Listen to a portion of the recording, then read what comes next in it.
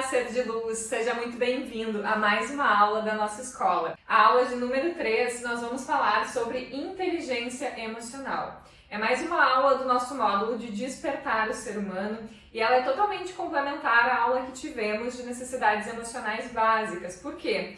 Nessa aula de necessidades emocionais básicas, nós entendemos o que significa o eu e aonde está todas as crenças, os traumas e como isso influencia na nossa vida hoje, né? Como eu falei para vocês, nós vamos fazer um processo de autoconhecimento profundo, de cura dessas questões internas. Então a gente precisa passar por temas que são muito importantes no nosso desenvolvimento emocional para que a gente possa cada vez mais separar o que é aquilo que aconteceu na minha vida que ainda ressona, mas o que é de fato a minha verdade, aquilo que ressona com o meu coração. E é por isso que essa aula é tão importante, porque ela vai te fazer compreender o que é, afinal, a inteligência emocional na prática, mas principalmente como desenvolver isso no teu dia a dia. Então já te conecta com essa aula, com o teu cardíaco, com o teu coração, porque essa aula também é mais uma aula de expansão de consciência e vai te ajudar em vários processos que tu pode estar passando, principalmente se tu já assistiu a primeira aula. Dando sequência aqui, eu sempre trago a frase, né? E a frase de hoje ela é de minha autoria. E é uma frase que faz muito sentido na minha vida, porque ela me fez compreender a real importância da gente desenvolver o aspecto emocional, né? Que é a seguinte: o maior propósito da existência humana é sentir na totalidade as suas emoções. A emoção é a sua bússola pessoal, e a forma como você reage às situações da vida diz muito sobre o seu estado de espírito, né? Então essa frase ela é muito importante, porque realmente, gente, a emoção negativa, eu sempre digo isso, a emoção negativa ela não está ali para nos punir, assim como a emoção positiva ela não está ali para nos beneficiar.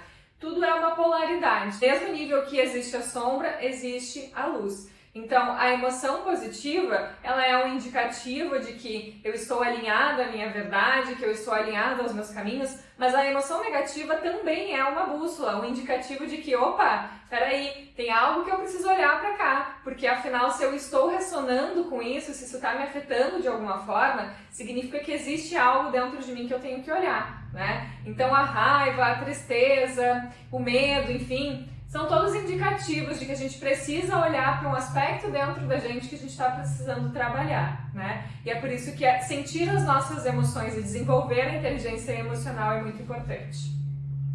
Então vamos para o conteúdo, né, dessa aula. A gente vai falar então a diferença entre emoção e razão, estímulos do sistema, né, que acabam influenciando nesses aspectos, as consequências de ter um hiperestímulo mental o tempo inteiro, inteligência emocional na prática, os 5 pilares da inteligência emocional e exercícios práticos para que a gente possa fixar e começar a desenvolver esses aspectos em nós mesmos, tá? Então, durante muito tempo e ainda hoje, nós somos estimulados mentalmente, ou seja, a desenvolver a inteligência racional, né? Desde que a gente nasce, a gente é estimulado a olhar para fora, né? A ir para a escola, a desenvolver habilidades que conectem ao desenvolvimento do coeficiente de inteligência racional. Do contrário, sentir as nossas emoções, expressá-las, entendê-las, sempre foi considerado vulnerabilidade e nunca foi valorizado pela sociedade, sempre foi visto como uma perda de tempo, né? Então, atualmente, a gente tem o entendimento de que o hiperestímulo mental, ou seja, está sempre racionalizando as coisas, desenvolvendo essa inteligência racional, é sinal de força, enquanto a gente olhar para as nossas emoções, nos compreender a questão do autoconhecimento, do desenvolvimento pessoal, é um sinal de fraqueza, de fragilidade dentro da sociedade em que vivemos, né? Então, desde que a gente nasce, a gente é ensinado a isso. É natural que a gente aprenda isso em casa e na escola sobre esse processo da gente hiperestimular a nossa mente. Então, quanto mais a gente aprende o externo, mais isso é valioso, mais isso vai contribuir para o nosso desenvolvimento. O oposto, a gente é polido em aprender sobre as nossas emoções, porque elas não são valiosas no nosso campo, né? Tem até um exemplo muito bacana disso, que esses tempos eu vi uma pessoa compartilhando um relato no Instagram, que falava sobre o seguinte, né? Ela era uma pessoa que tinha muito preconceito, né, sobre questões de desenvolvimento pessoal, porque ela focava muito na questão da inteligência racional. E até que um dia essa pessoa resolveu ler o livro O Milagre da Manhã, né? E foi a partir desse livro que ela começou a olhar mais para si. Começou a fazer atividade física, começou a melhorar a alimentação, desenvolveu o aspecto emocional, melhorou as relações interpessoais, né, teve um relacionamento saudável. E ela comenta que a partir desse livro, foi o start inicial, ela leu 17 livros na mesma linha de desenvolvimento pessoal depois desse, né? E mesmo assim, ela ainda tinha um pouco de preconceito com esse aspecto de desenvolvimento pessoal, desenvolvimento do ser humano. Para vocês entenderem o quanto isso na nossa sociedade é algo que é realmente considerado ruim, né? As pessoas têm preconceito em dizer que elas olham para si, que elas sentem as suas emoções, muito pelo contrário. A gente vê até aquelas publicações onde mostra, né, uma máscara e vai tirando as camadas e lá dentro tá a criança ferida, né? Então a gente cria máscaras e armaduras para não lidar com as nossas emoções, porque desde que a gente nasceu isso é considerado algo ruim e algo considerado frágil. Então esse aspecto, né, de hiperestímulo mental e do desenvolvimento da inteligência racional, ele começa principalmente na nossa educação primária, né? Claro que desde o nascimento a gente acaba vivendo situações onde a gente é tolhido na questão de não olhar para as nossas emoções, mas quando a gente entra na escola primária, né, a gente acaba desenvolvendo muito mais esse olhar para o externo, né, da inteligência racional, da valorização do que é material, tangível, da supressão emocional. Então hoje a estruturação da escola que a gente tem, né, desde o primário até o último ano, é estruturada para que a gente desenvolva a mente. Então vocês pensam, a gente vive, sei lá, mais de 10 anos estimulando esse aspecto racional. Fazendo matemática, fazendo português, fazendo química, biologia, e claro que isso é importante, né? Mas isso não deveria ser a única coisa valorizada, porque afinal não adianta nada a gente aprender sobre milhões de coisas, né, se a gente não sabe lidar com a gente mesmo, com o nosso aspecto emocional, né, e com todas essas questões que a gente tem dentro da gente. O sistema, gente, ele é organizado para sobreviver.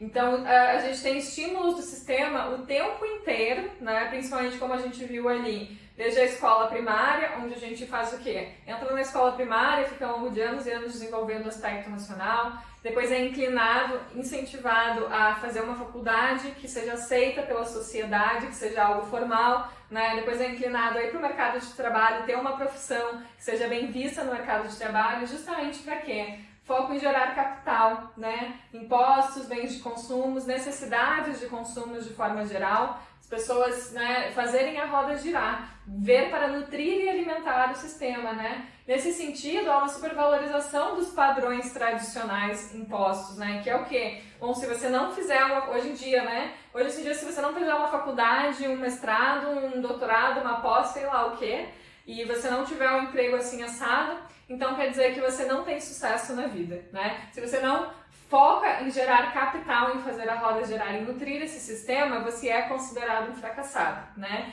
Ou seja, quando a gente escolhe alguma profissão onde a gente não necessariamente vai para o âmbito acadêmico, onde a gente vai para um âmbito de que, eu quero focar em arte, eu quero focar em dança, eu quero focar em outras coisas que não tem a ver tanto com o aspecto racional de hiperestímulo mental, mas tem a ver, né, com a conexão com a gente mesmo e com esse processo de lidar com a nossa inteligência emocional, principalmente, isso não é muito bem visto na sociedade. Por quê? Porque pessoas que estão preocupadas consigo mesmas, elas geram menos impostos, elas consumem menos e elas geram menos necessidades na sociedade. Então, sempre teve uma hipervalorização dos padrões impostos, né? E sempre teve uma separação na sociedade justamente, né, para separar essa questão de quem tem mais diplomas, de quem consegue empregos melhores, então está numa classe mais alta, porque acaba tendo salários melhores, né, consequentemente, e contribui mais para o sistema, né?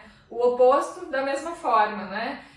Pessoas que acabam não se desenvolvendo tanto em outros aspectos, elas não contribuem tanto para a sociedade e muitas vezes não têm tão valorizados seus empregos, né? Aqui no Brasil, principalmente, porque em outros países o serviço, seja qual for, ele é muito valorizado, né? Mas no Brasil, principalmente, então, a gente tem uma separação por grupos e classes, para que as pessoas sempre fiquem lembrando que o certo é elas alimentarem o sistema, o certo é elas terem uma vida tradicional, uma vida que é autoimposta pelo sistema, justamente para fazer a roda girar, né?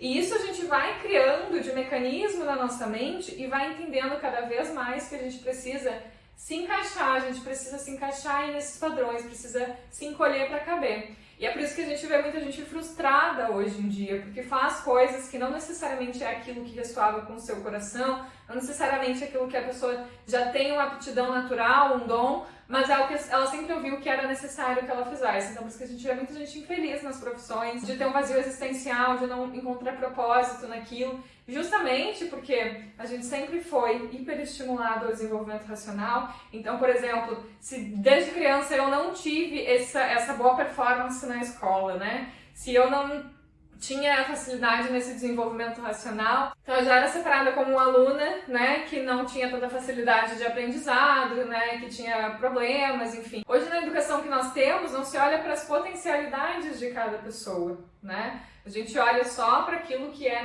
importante para o sistema, que é esse desenvolvimento com foco em gerar capital e nutrir o sistema. Seguindo aqui, né, quais as consequências desse hiperestímulo mental? Nas últimas décadas, esse hiperestímulo mental aumentou ainda mais. Por quê? Principalmente em decorrência do avanço tecnológico. Tudo passou a ser muito mais rápido e a gente precisou se atualizar e entrar no ritmo para poder acompanhar essas mudanças. Foi aí que começou a surgir também as condições psicológicas e emocionais, né? Nessas últimas décadas, com esse aumento desse processo tecnológico, também começou a surgir o quê? Depressão, ansiedade, síndrome do pânico, burnout, doenças autoimunes, sensação de vazio existencial. Tudo isso são referentes à psique. Ou seja, quando a gente chega num estado assim, é porque a gente está com um hiperestímulo mental muito grande, né? A gente não está conseguindo lidar com aquele hiperestímulo mental. Então a gente acaba desenvolvendo condições psicológicas, porque o nosso corpo é inteligente, né? A emoção negativa, como eu falei para vocês, ela é um indicativo que eu preciso olhar para algo dentro de mim, né? Quando eu não olho para algo dentro de mim e eu fico só acumulando, negando ou me consumindo dessas emoções, isso acaba travando o meu sistema neural e acaba desencadeando questões emocionais e psíquicas que acabam influenciando negativamente no meu funcionamento como um todo. E com isso, então, no mesmo período em que começaram a se desenvolver essas questões emocionais e psíquicas, começaram a aparecer mais, se difundir mais na sociedade práticas integrativas, né, que olha para o ser como um todo, sendo corpo, mente e espírito. Meditação, o processo de autoconhecimento começou a se difundir ainda mais, a neurociência, a neuroplasticidade, a inteligência emocional, e olhar para a importância disso, porque entendeu-se que a mente, ela cria situações mesmo que elas não tenham acontecido ainda. Então, quando a gente está com esse hiperestímulo mental, a gente entra nesse processo de não saber lidar bem com as nossas emoções, já acaba pirando, surtando, né? Então a necessidade de começar a olhar para as nossas emoções de uma forma diferente veio nas últimas décadas e viu-se também a importância dessas práticas, né? A importância da gente respirar, da gente se conectar com a gente mesmo, porque isso ajudava a gente a fortalecer o nosso sistema nervoso central e não só isso, tomar decisões mais alinhadas com aquilo que a gente é de fato e não com aquilo que a sociedade impõe. Então ainda hoje é algo que, como eu falei para vocês, tem preconceito, não é muito valorizado na sociedade como um geral, mas a gente percebe o quão é necessário isso na nossa vida. Por quê? Porque se eu vivo só pro externo, uma hora o meu corpo ele vai ressentir. Porque o meu maior objetivo é o quê? O meu maior propósito é o quê? É aprender a lidar com as minhas emoções nessa existência. É sentir as minhas emoções na totalidade. E se eu não estou fazendo isso, se eu estou vivendo muito para o externo, não estou olhando para isso na minha vida, pode ter certeza que em algum momento o teu corpo ele vai mandar sinais, né? E quanto menos você ouvir esses sinais ficarão alarmantes, né? E que acaba desencadeando todos aqueles processos. E aqui eu trouxe mais uma frase, né? Você convive consigo mesmo 100% do tempo. Isso se refere às suas emoções, sentimentos e pensamentos. E isso determina, consequentemente, o seu senso de felicidade, né? Eu escuto muitas pessoas repetirem, mas eu passo a maior parte do meu tempo trabalhando, 8, 10, 12 horas por dia. Mas a verdade é que independente se você estiver trabalhando, se você estiver desempregado, se você estiver em casa, se você estiver na rua, você vai ter que conviver consigo mesmo. E o que vem conviver consigo mesmo? O aspecto emocional. Porque a emoção, ela está presente o tempo inteiro na nossa vida. Por exemplo, eu tô aqui dando uma aula para vocês. Antes da aula, eu fiz uma respiração, eu tive que me concentrar, eu tive que lidar com as emoções, porque dá uma euforia, ao mesmo tempo dá um frio na barriga, entende? Então as emoções, elas estão passando para o seu campo o tempo inteiro. Quando você enxerga alguém, isso te causa uma emoção. Quando você faz alguma atividade que te dá prazer, ou uma atividade que não te dá prazer, isso causa uma emoção. Quando você está trabalhando, você está estimulando o seu emocional, as suas sensações, os seus pensamentos, as suas percepções o tempo inteiro.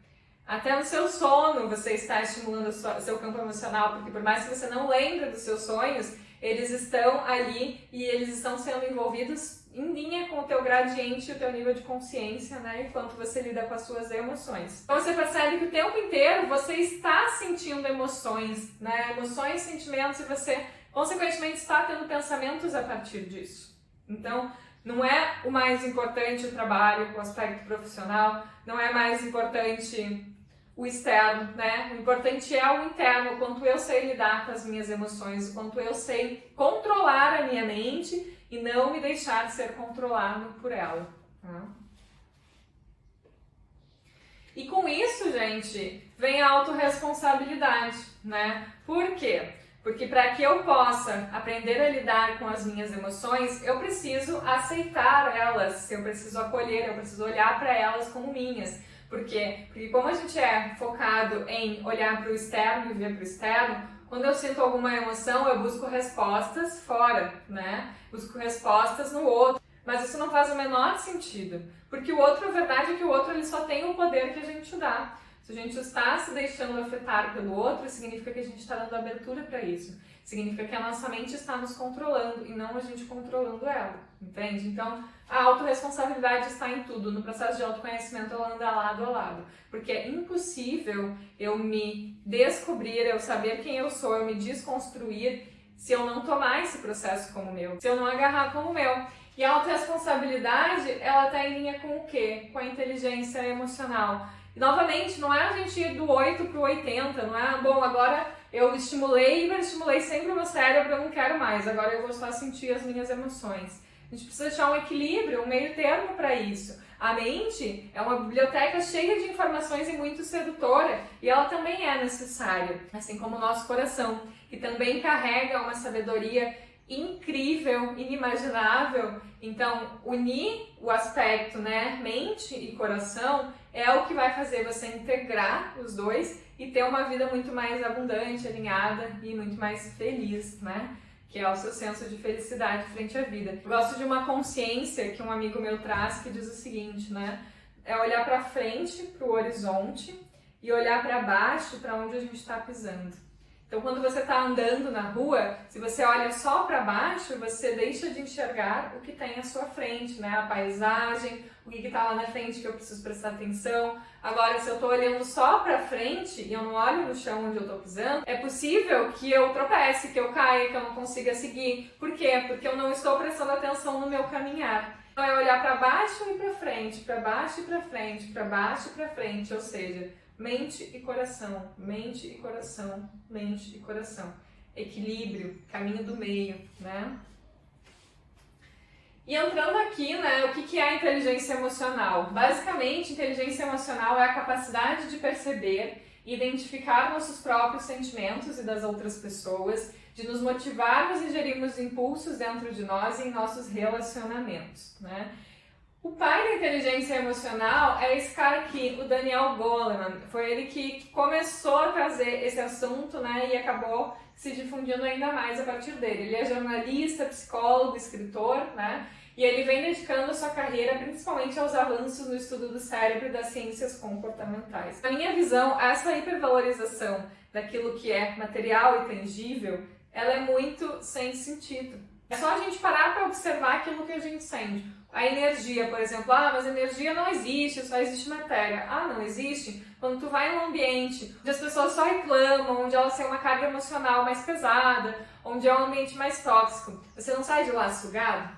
Isso é energia. Mas que você não veja, você sente a energia, assim como o vento, né? O vento eu não enxergo ele, eu não sei que forma ele tem. mas eu sinto ele na minha pele. Então ele existe. E essa é a questão do nosso sentir. A gente sentir realmente as nossas emoções, elas estão ali para nos indicar alguma coisa, assim como a energia que eu sinto em determinado ambiente está indicando que eu não ressono com aquele ambiente, né? Que eu preciso me preservar mais. Assim como o vento que eu sinto no meu rosto me mostra, né, o frescor da vida, me mostra, né, a fluidez. Então, a nossa emoção é a nossa bússola também, e poder sentir isso, mas que você não veja, não seja algo tangível, né, existe, e ela é muito importante como direcionadora da sua própria vida. Seguindo aqui no conteúdo de inteligência emocional, Daniel Goleman, ele descreveu a inteligência emocional em 5 principais pilares, que são autoconhecimento, controle emocional, automotivação, empatia, habilidades sociais. E agora a gente vai passar por cada um desses pilares da inteligência emocional para entender o que de fato são e o que representam na nossa vida. Então, primeiro, autoconhecimento e autorregulação, que é a mesma coisa que autoconhecimento, que eu tinha ali, controle emocional, né? Porque as duas coisas andam em conjunto. Então, o que é ter autoconhecimento e autorregulação? É eu ter mais consciência, eu aceitar as minhas emoções e eu aprender com elas. Então, quando uma emoção vem, você tem que lidar, sei lá, com a sua família, um almoço de família, você tem ressonância com aquelas pessoas, você sente que daqui a pouco você não se encaixa muito mais naquele ambiente, porque são pessoas que têm um nível de consciência diferente do seu, mas você tem que lidar com aquilo. E aí lá no meio do almoço de família, a sua mãe fala algo que você não gosta, que te vai gerar uma emoção de indignação, de raiva, aquele impulso. Se naquele momento você não tiver autorregulação das suas emoções, ou seja, o controle emocional, o que você vai fazer? Você vai explodir, você vai brigar com ela, você vai xingar, você vai contra-argumentar, você vai trazer de forma agressiva o seu ponto. Agora, quando você tem autoconhecimento e regula as suas emoções, a consciência é, bom, eu estou com raiva, isso que a minha mãe falou me afetou, eu estou com raiva, né? Eu estou sentindo essa raiva, eu tenho consciência dessa raiva, eu tenho consciência que o que ela disse desencadeou uma raiva, né? Então, primeiro, o que eu faço? Eu aceito essa raiva. Bom, estou com raiva, estou com raiva, estou com raiva. É isso que eu estou sentindo. A partir dessa raiva, eu posso aprender com ela. Ou seja, tá, mas por que eu estou, novamente, por que eu estou colocando esse poder na mão da minha mãe de me tirar do meu centro de paz e me desencadear essa raiva, né? O que ela fez que está me afetando? Que é realmente nos permitir nos olhar para as nossas emoções e desenvolver esse olhar de observador e de questionador. Por quê? Porque a partir daquela emoção eu posso me autoconhecer, entender o que eu preciso, olhar para mim, me curar, né? E eu acabo não sendo tão reativo com o outro, ou seja, não descontando no outro essa raiva. Porque você entende que isso só gera mais desconforto, isso não resolve nada. Vai ficar uma briga de ego sempre, um contra-argumentando com o outro, um descontando a sua frustração no outro e não resolve nada. Porque depois causa o quê? Causa arrependimento, causa essa frustração, causa uma sensação de impotência também. O que a gente não tem que fazer, né? Então, menos negação, menos julgamento, menos reatividade. Então, se você está sentindo a raiva, aceite, tenha consciência, aceite a sua raiva, não negue o que você está sentindo. Da mesma forma, né, se eu estou sentindo a raiva e eu reprimo aquilo e eu nego aquilo dentro de mim, aquilo me corrói por dentro. Então, quando eu me permito ter consciência e aceitar a raiva, eu consigo ter chance de transmutá-la. Julgamento, né? Que é a questão da gente julgar o que o outro está fazendo, porque nos desencadeou essa raiva, e ser reativo, que é a questão de bater boca, de ir lá, de xingar, de contra-argumentar, de continuar alimentando aquela emoção. Então, esse primeiro pilar, ele fala exatamente sobre isso, sobre a gente passar a ter consciência das nossas emoções, aceitar elas, elas estão ali, elas estão no nosso campo, elas existem por algum motivo, e a gente começar a aprender com elas, usar elas como nossa bússola de fato. Parar de negar, parar de julgar e parar de ter essa postura reativa, né? Vai ser fácil? Não é, gente. Não é, né? Por quê? Porque a gente está muito inclinado a viver pro foco do externo. Então, quando a gente começa a olhar para dentro, a gente vai muitas vezes reprimir, a gente vai muitas vezes se consumir, soltar isso e vomitar essa raiva no outro ou esse sentimento no outro, né? Mas quanto mais a gente começar a traçar esses 3 pilares aqui, menos a gente é reativo, julgador e menos a gente fica nesse estado de negação, né? Seguindo aqui, o segundo pilar, então, da inteligência emocional é a automotivação, que é, como a própria palavra diz, a capacidade que eu tenho de me motivar, que é desenvolver o quê? Empoderamento, autoconfiança e ação. O que isso significa, né? Bom, o poder está em mim. O poder de fazer aquilo que eu tenho que fazer, o poder de aceitar ou não que aquela ação do outro me afete, o poder de controlar as minhas emoções está em mim. A autoconfiança. Bom, se isso é meu, se eu desenvolvi isso nessa existência, se eu nasci nessa existência com esse temperamento, com essas experiências, significa que eu preciso lidar com isso. E se eu preciso lidar com isso, se isso veio para mim, é que eu posso resolver. Então eu preciso confiar que isso pode ser movimentado na minha vida, que eu posso realmente solucionar esse campo do meu mental, né? E trazer para minha consciência interna. Então é a gente passar a confiar mais de que as coisas podem funcionar assim, que é aquela questão que a gente conversou lá na aula de necessidades emocionais básicas, do que, né? Não entrar no vitimismo, na negação, no sentido de que, eu tenho essa condição, isso eu não vou conseguir mudar, eu vou ser sempre assim, né? Essa questão, a gente tem problema na nossa autoconfiança, por quê? Porque a gente não está confiando que a gente pode superar aquilo, a gente não está se empoderando do nosso processo. Então a automotivação, ela tem a ver também com essa questão emocional, no sentido de o quanto eu sou dono do meu processo, das minhas emoções, o quanto eu consigo me regular, o quanto eu consigo resolver as minhas questões internas, né? A automotivação tem a ver com a ação também, porque é fazer o que tem que ser feito, mesmo sem vontade, é desenvolver disciplina, né? É desenvolver dedicação. Então, por exemplo, né, eu vou fazer uma atividade física e mesmo que hoje eu estou sem vontade, eu vou lá e eu ajo para isso, né? Eu faço aquilo acontecer. Então a automotivação é essa questão da gente poder realmente se automotivar, de poder realmente tomar de si o nosso poder e agir e fazer, né? E se permitir realmente se desenvolver, porque se a gente ficar muito no campo mental, é aquela história da procrastinação. Quando a gente tem que fazer alguma coisa que a gente não gosta tanto ou que é difícil, a gente fica muito no campo mental, a gente se cansa só por ficar no campo mental, porque a gente fica ali parado, às vezes horas, pensando o que a gente deveria fazer e lutando contra o nosso aspecto mental, no sentido de, mas isso é muito difícil, quem sabe eu deixo pra depois, não, mas eu deveria fazer, depois eu vou me arrepender. Então a gente fica travando batalhas mentais e não vai pra ação, não faz o que tem que ser feito, não vai pra autoconfiança, não confia que a gente pode sim resolver aquela questão, não vai pro empoderamento, né? Eu tenho poder de decisão sobre isso, não minha mente me controla. Então vocês percebem a importância da autorregulação das nossas emoções? Não deixar que a nossa mente tome esse espaço como determinante da nossa realidade, da gente poder realmente controlar a nossa mente. Tem um outro exemplo que eu gosto muito, que uma terapeuta que eu conheço me disse uma vez, para que a gente teste a nossa mente, é assim, quando tu for dormir, dá o comando para tua mente. Eu quero acordar às 6 da manhã. Eu quero que tu me desperte às 6 da manhã, porque quem faz esse processo é a mente, né? Sem despertador, eu quero que tu me desperte às 6 da manhã.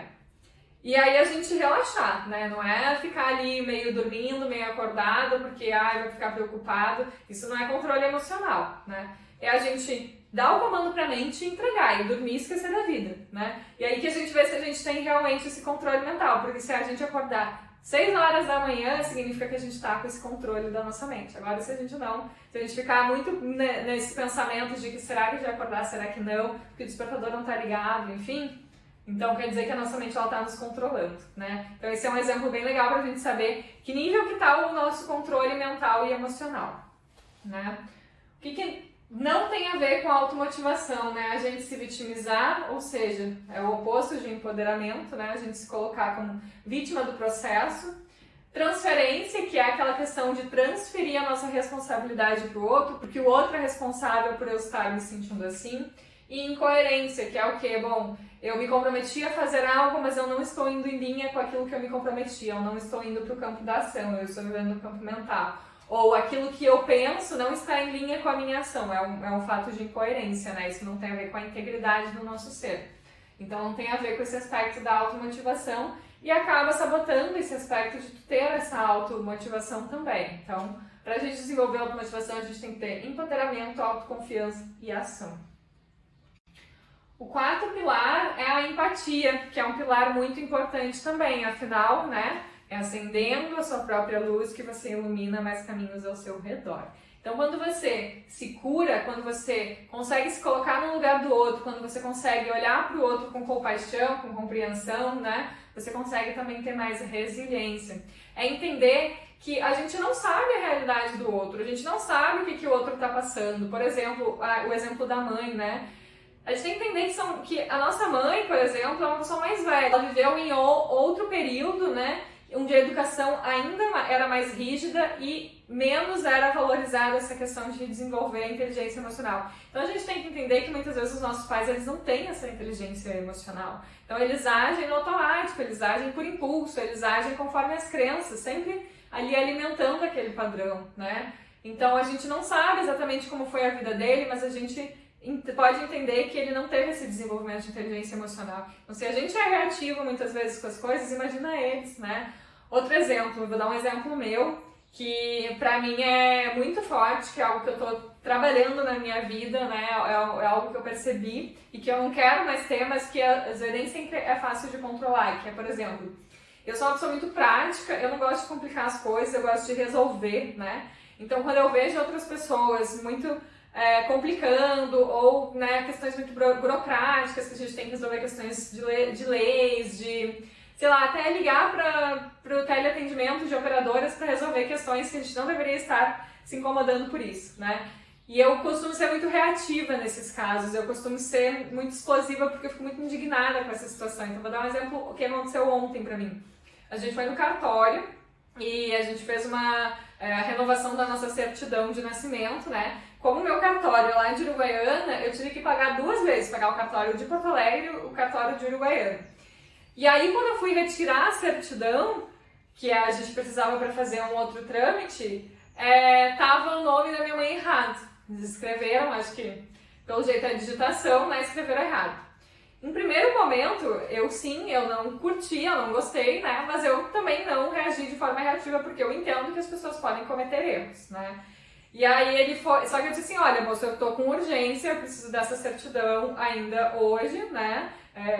Nesse momento, porque eu me organizei para estar aqui e realmente eu preciso dessa certidão. E aí ele subiu lá para falar com não sei quem, né? E aí ele voltou e disse assim, a gente mandou e-mail lá pro cartório de Uruguaiana, mas eles têm, sei lá, umas 3 horas para ajustar. E se tu quiser, tu liga pra lá pra dizer, pra solicitar, né, que essa urgência aí, dizer que tu tá com urgência. E aí eu fiquei assim, tá, mas vocês não podem ligar pra solicitar essa urgência? Ah, não, mas a gente já mandou e-mail, então a gente tá te dando essa possibilidade de tu ligar, já que tu tá com urgência. Eu falei, mas como assim? Daí eu já fiquei louca, gente, porque na minha visão, essa não era uma responsabilidade minha, né? Era uma responsabilidade deles, afinal o erro não tinha sido meu, o erro tinha sido deles, né? Então, essa questão da autorresponsabilidade, pô, eu tô aqui com o cliente está fazendo a parte dele, que é, né, pagando o negócio, então o mínimo que eu tenho que fazer é entregar um serviço bom. Isso pra mim é básico, sabe? E aí ele falou, e aí ele disse que não sei o que. Eu falei, tá, mas espera aí, vocês não conferem o negócio, né?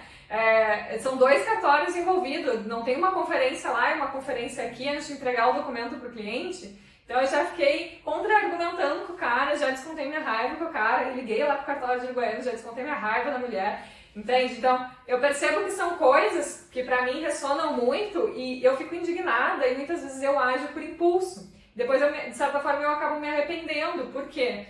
Porque muitas vezes eu deixo de ter empatia, compreensão, compaixão, resiliência, que é o quê? Entender que, por mais que eu não veja justificativas plausíveis, porque na minha opinião sim precisaria ter uma conferência, ele diz que eles não fazem essa conferência, né? Então há uma falha no processo deles. Aquele cara, ele só está fazendo o trabalho dele, e o trabalho dele baseado nas regras que a empresa impõe, né? E a questão é que as pessoas erram também, elas às vezes não estão atentas, estão no mau dia, enfim, é todo um aspecto que a gente não sabe, né? Afinal, ninguém vai e briga no trânsito, se estressa no trânsito se não está de mal consigo mesmo, se não está com problema na vida. Afinal, pessoas que são felizes, que sabem lidar bem com as suas emoções, que vibram nesse aspecto mais da gratidão, nesse aspecto mais da compreensão, da compaixão, da resiliência, Tu não vê elas brigando com as pessoas, né? É o povo namastê, paz e amor, mas realmente essas pessoas que elas procuram olhar mais para as emoções, olhar mais para o seu sentir, tu não vê elas tendo ressonância com os outros, contando os problemas nos outros, entende? Então essa empatia é a gente olhar para o outro com esse olhar de amor, esse olhar de entender, bom, eu não sei o que está acontecendo na vida dessa pessoa, né, para ela estar agindo dessa forma, então eu não vou ser reativa com ela. Ou é entender que essa pessoa tem um nível de consciência muito diferente do meu, mas que não cabe a mim ser o julgador dessa pessoa, não cabe a mim fazer com que a minha verdade prevaleça, não cabe a mim, né, ser superior ou não, isso cabe só a ela. E se ela tá fazendo algo que não é legal, existe aí, eu não sou ninguém para justificar isso, né, para dizer que tá certo ou errado, porque existe aí a lei do karma, a lei da ação e da reação, da causa e do efeito, enfim, existem várias leis universais que atuam nesse aspecto, tudo aquilo que a gente faz acaba voltando pra gente, né, se a gente trata a vida com raiva, com ódio, culpando os outros, julgando os outros, naturalmente isso vai acabar voltando pra gente, da mesma forma que se a gente trata com compreensão, compaixão, resiliência, isso acaba voltando pra gente também. Então, né, é a lei do retorno, não tem como ser diferente. Então, por que eu vou assumir uma postura de julgar o processo dos outros, que eu vou estar me indispondo, eu vou estar me estressando, vou estar causando mais desconforto, e eu não sou responsável por isso. E aí entra aquela questão de a gente ter que escolher, aprender a escolher as nossas batalhas, né? Se a gente for pegar todas as batalhas pra gente, a gente morre, porque já tá exausto, não tem energia mais pra nada. O que não combina com empatia? Todas essas questões, né? A disputa de ego, que é aquilo que eu falei pra vocês, de ficar contra-argumentando porque a minha verdade é superior à tua, porque eu não sei o quê, porque eu não sei o quê, né? A crítica, a gente ficar sempre criticando o outro, dizendo que o outro tá errado, né? Dizendo que o outro deveria fazer do jeito que a gente acredita que deveria ser feito. A punição, porque a gente tem essa visão, né, porque o outro mal dia e tá xingando o atendente lá do café, né, porque, sei lá, deu um troco errado. Então a gente olha para aquela pessoa como um olhar muitas vezes punitivo, né, nossa, essa pessoa merece se dar mal porque ela é uma pessoa assim que trata os outros mal. E na verdade é aquilo que eu falei pra vocês, não cabe a gente julgar, não cabe a gente interferir no livre-arbítrio do outro, porque o outro ele vai ter de retorno aquilo que ele está plantando, né? É o plantio e a colheita. Mas também não cabe a gente desejar isso pro outro, né? Seguir o nosso caminho, seguir, ter integridade de saber dizer não, eu não vou me envolver nisso, né? Eu não vou envolver minha energia, escolher as minhas batalhas e realmente soltar, deixar ir. E o último pilar, então, né, são as habilidades sociais, que é o quê? Comunicação, clareza, vulnerabilidade. Agora, puxando o gancho do anterior, empatia, né? Porque vocês devem estar se perguntando, tá, mas então eu não tenho que me impor em nada. Mas e aí, se eu não falar para as pessoas que eu não gostei ou que aquilo não é legal, as pessoas não vão saber e aí elas não vão mudar, elas não vão ter oportunidade de mudar. Sim, gente, é muito importante a gente desenvolver a comunicação e a clareza, né, nas nossas relações. É muito importante que a gente comunique que a gente não gostou de algo. Mas é aquela questão, existem formas e formas de se comunicar. Existe uma forma agressiva, impulsiva, automática, conforme a gente está sentindo aquela emoção naquele momento. E existe a gente ter o autoconhecimento, a autorregulação, a empatia, né? E a clareza de que eu posso dizer pro outro aquilo que eu tô sentindo, que eu não gostei, o que me afetou, né, para que o outro saiba disso, mas eu posso ter uma comunicação não violenta. Eu posso comunicar numa boa, né, como adulto, como uma pessoa resiliente, uma pessoa bem emocionalmente, né? E isso entra a vulnerabilidade também, né? Porque no momento em que eu comunico pro outro que aquela atitude dele me afetou de alguma forma, me fez sentir de alguma forma, eu estou também sendo vulnerável. Eu não estou dizendo que eu sou orgulhoso, eu tenho uma armadura e nada me atinge. Eu estou permitindo ser vulnerável, né? E do oposto, né, que não combina com esse pilar de habilidades sociais, é a gente ficar sempre exigindo, ter essa postura de cobrador, né, de ficar sempre exigindo que o outro tem que se adaptar à nossa realidade, a gente criar distorções, né, porque o outro está fazendo isso para me ferir. Gente, a gente tem que se colocar no nosso lugar, né, cada um tem os seus processos, a gente não faz necessariamente para ferir o outro. Na maioria das vezes não faz, né? A gente faz porque a gente não tá bem com a gente mesmo. A gente tem que entender que o outro, muitas vezes, ele tá agindo daquela forma porque ele também não tá bem dentro dele, né? Então, a gente tem que parar com essas distorções que as pessoas estão aí pra nos magoar, pra nos ferir, porque a verdade é que cada um tá vivendo a sua vida, né? Assim como você tá vivendo a sua vida, passando pelos seus processos, preocupado com os seus problemas, os outros também estão. A gente tem que parar de se botar nesse centro do universo, descer do nosso pedestal e entender que as pessoas, elas, muitas vezes, elas não estão querendo nos machucar, mas a gente também tem que ter clareza disso e conseguir comunicar que aquela atitude não tá legal, né? Dar oportunidade pro outro modificar também. E não ficar achando que o outro é uma pessoa ruim, porque isso é muita história dos cancelamentos na internet, né?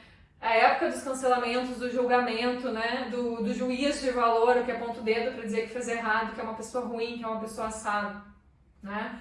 A gente também faz coisas ruins, que a gente se envergonha, inclusive, né? Eu me envergonho de brigar com as pessoas por coisas pequenas, porque eu tenho esses gatilhos, eu fico indignada, não sei o quê. Eu me frustro comigo mesma, mas nem por isso eu sou uma pessoa ruim, entende? Eu já fui víbora, eu já fui péssima com algumas pessoas, mas nem por isso eu sou uma pessoa ruim. Porque somos feitos de sombra e luz, todos somos feitos de sombra e luz. Né? O yin e yang, o bem está dentro do mal, assim como o mal está dentro do bem, né? É sombra e luz, é um juízo de valor, bem e mal, né? Sombra e luz. Mas a questão é, ninguém é 100% né, ruim, ninguém é 100% bom. Todos nós temos os nossos momentos e compreender isso faz a gente parar de projetar no outro expectativas e acabar se frustrando, né? E acabar sendo exigente demais com o outro e terminando relações que não seriam necessárias, né? Caso a gente tivesse mais consciência e uma comunicação mais clara. E também a indiferença, que é o quê, né? Ah, eu não gostei do que você fez, então você não existe mais pra mim. Eu me fecho no meu casulinho e isso não existe mais pra mim. Não é assim que funciona também. Isso é birra de criança, né, gente? A gente tem que olhar pro nosso eu interior com um olhar de adulto, né? De que a gente precisa resolver as nossas questões, né? Um dos maiores problemas que existe hoje em dia é a falha na comunicação, é o ruído na comunicação. As relações, elas se perdem por esse ruído. Então, quanto mais a gente também desenvolver a empatia, o autoconhecimento, a autorregulação, as nossas habilidades sociais de comunicar aquilo que a gente sente, de se permitir desenvolver esses aspectos, mas a gente consegue construir uma vida mais alinhada, né, com relações mais duradouras, né, onde a gente tem uma clareza, onde a gente tem uma empatia, onde a gente tem um discernimento do processo do nosso e do outro. Então esses são 5 pilares da inteligência emocional, que é realmente a gente passar a desenvolver esses aspectos dentro da gente, né? E lembra, inteligência emocional igual a autorresponsabilidade, entendendo que esse poder ele só está dentro de mim, que eu que preciso desenvolver isso. E que eu desenvolvendo isso, eu ajudo o meu entorno a melhorar também. Então, gente, agora um resumo, assim, né, de tudo que a gente viu até agora para sintetizar, para integrar o que a gente falou. Então, a gente tem que se permitir sentir, a gente tem que se permitir acalmar, ou seja, bom, exemplo do estou com raiva, né? Bom, eu senti, eu percebi que eu estou com raiva, né? Eu volto pro meu centro e tento me acalmar. Eu não fico corroendo aquilo ali dentro, negando, e nem projeto no outro. Então eu dou uma respirada, eu volto pro meu centro, eu conto até 10 se necessário, eu tento voltar pro meu centro e me acalmar. Depois disso, eu acolho essa emoção, que é aquela questão de, bom, estou com raiva, sim, estou com raiva, né? Eu acolho isso, eu não nego isso dentro de mim. Depois disso, né, eu tenho discernimento, bom, eu senti a minha raiva, eu consegui voltar para o meu centro de paz, eu acolhi o que eu estou sentindo, eu aceitei. Agora eu vou discernir, bom, da onde vem essa raiva, né? Da onde que ela está vindo? Ah, é porque minha mãe falou algo que eu não gostei, tá? Mas o que eu não gostei no que ela falou? Foi o jeito dela, foi uma crítica em relação a mim? O que eu não gostei, né? Discernir as nossas emoções. Depois disso, aprender com isso, beleza. O que eu não gostei foi o jeito que ela falou, ela foi agressiva comigo, né? Então, eu tenho domínio sobre isso? Eu tenho domínio sobre a atitude dela? Não tenho. Eu tenho domínio sobre a minha atitude frente a essa situação. Então, eu posso modificar o fato dela ser uma pessoa agressiva? Não posso. A única pessoa que pode modificar isso é ela mesma. Mas sim, eu posso aprender que entra por um ouvido, sai pelo outro, né? Ou eu posso aprender a comunicar a ela, olha, eu não gosto que você seja tão agressiva assim comigo, isso me afeta, isso me incomoda.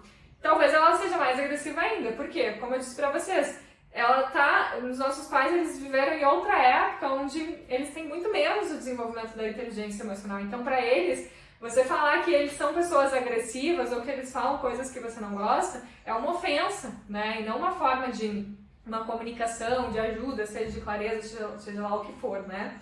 Então, se você não pode mudar a realidade do outro, você aceita, você aprende com isso. Eu posso mudar a minha realidade, então eu posso deixar de me relacionar tanto com aquilo que afeta, né? Todas as vezes que ela fala algo agressivo que eu não gostar, eu simplesmente ignoro, né? Eu ignoro o que ela tá falando, eu ignoro, eu não reajo, eu simplesmente ignoro, entra por um ouvido, sai pelo outro. Eu respiro, eu acolho e eu deixo passar. Por exemplo, né?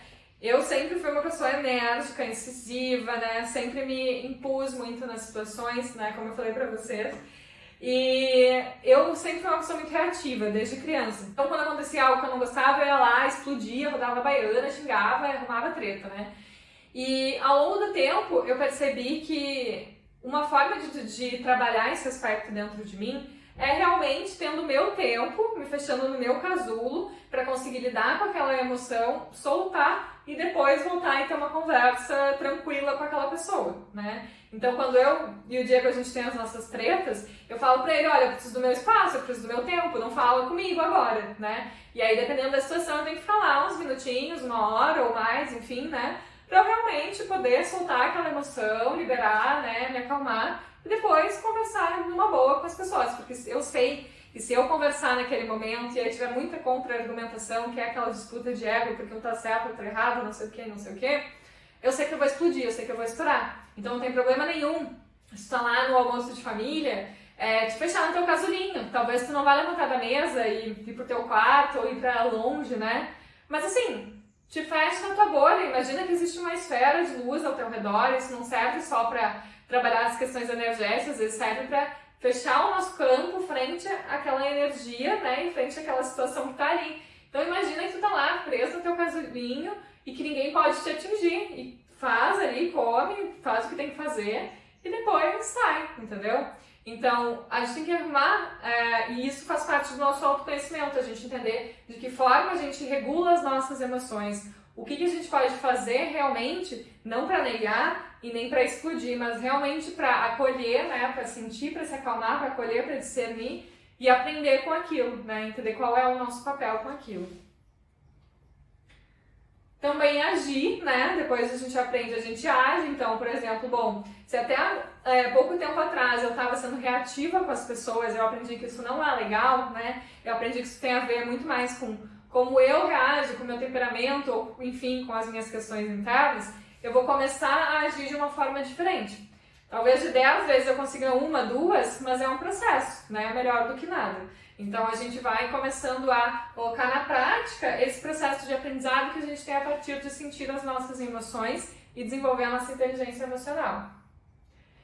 E soltar, gente, soltar, beleza, né? Eu, com a minha mãe, por exemplo, bom, eu entendi que eu não posso modificar a realidade dela porque ela é assim, ela não tá a fim de mudar. Então assim, ó, a única coisa que eu posso fazer é soltar aquela emoção, é soltar essa necessidade que ela seja diferente, é soltar. Porque se eu fico acumulando isso dentro de mim, ou se eu fico remoendo e relembrando disso, ressentindo 2 vezes, né?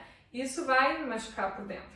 É a mesma forma que, por exemplo, o Diego fez alguma coisa que eu não gostei, eu fiquei pé da vida com ele, e aí eu fui lá pra não brigar com ele, me acalmei, aí depois eu conversei com ele, mas eu ainda fiquei com isso dentro de mim. E aí acontece qualquer coisinha, isso ativa um gatilho dentro de mim e volta aquela emoção, entende?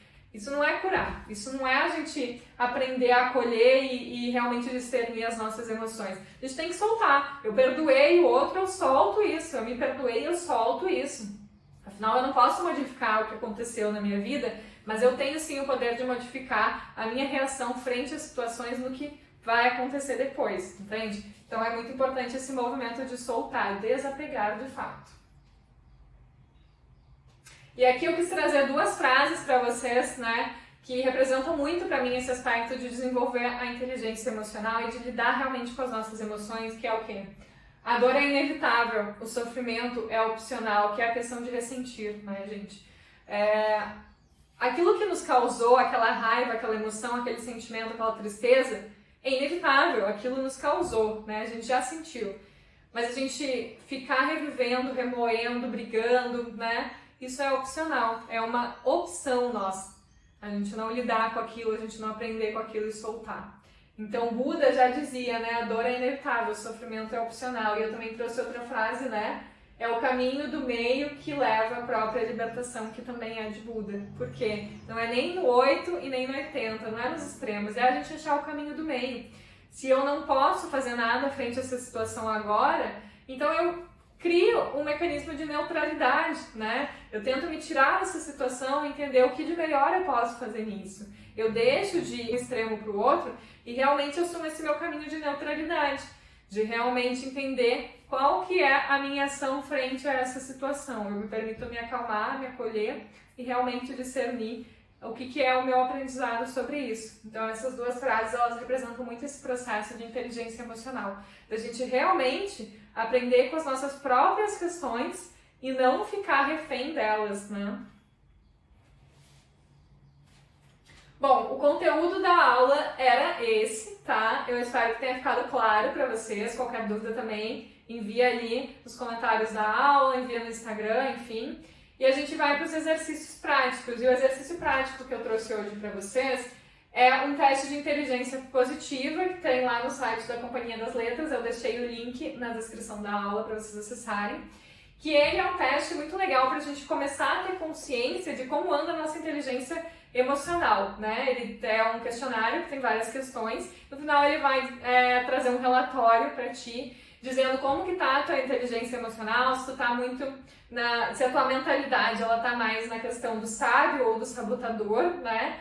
Ele traz várias informações também, como melhorar isso na sua vida, como trabalhar isso também. Então é um relatório, né, um teste complementar para que você possa então se autoconhecer e a partir disso começar a modificar a sua realidade a partir da sua própria consciência, a autorresponsabilidade da sua vontade. Eu também deixei lá na descrição da aula sugestões de livros, que é o de Inteligência Emocional do Daniel Goleman, Inteligência Positiva do Cesar Chamini, que é o responsável, né, por esse teste aqui. Também deixei a indicação do livro do Poder do Hábito, que é esse livro aqui, é um livro grande, né, do Charles Duhigg, mas ele é um livro maravilhoso que ele ajuda também a gente entender como que a gente pode mudar esses aspectos de hábitos relacionados a nossas ações, né, e como isso fortalece o nosso aspecto emocional, desenvolvendo esse autoconhecimento. Outra indicação de livro que eu deixei também foi O Poder do Agora, né, que é um livro muito maravilhoso que faz a gente trabalhar justamente essa questão do nosso empoderamento pessoal, né? Da nossa questão de autoconfiança e de realmente agir, né? Frente às nossas questões internas.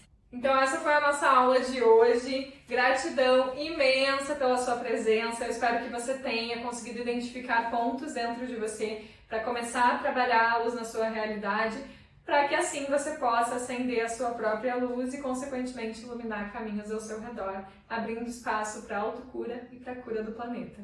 Estamos juntos, vamos acender juntos. Gratidão!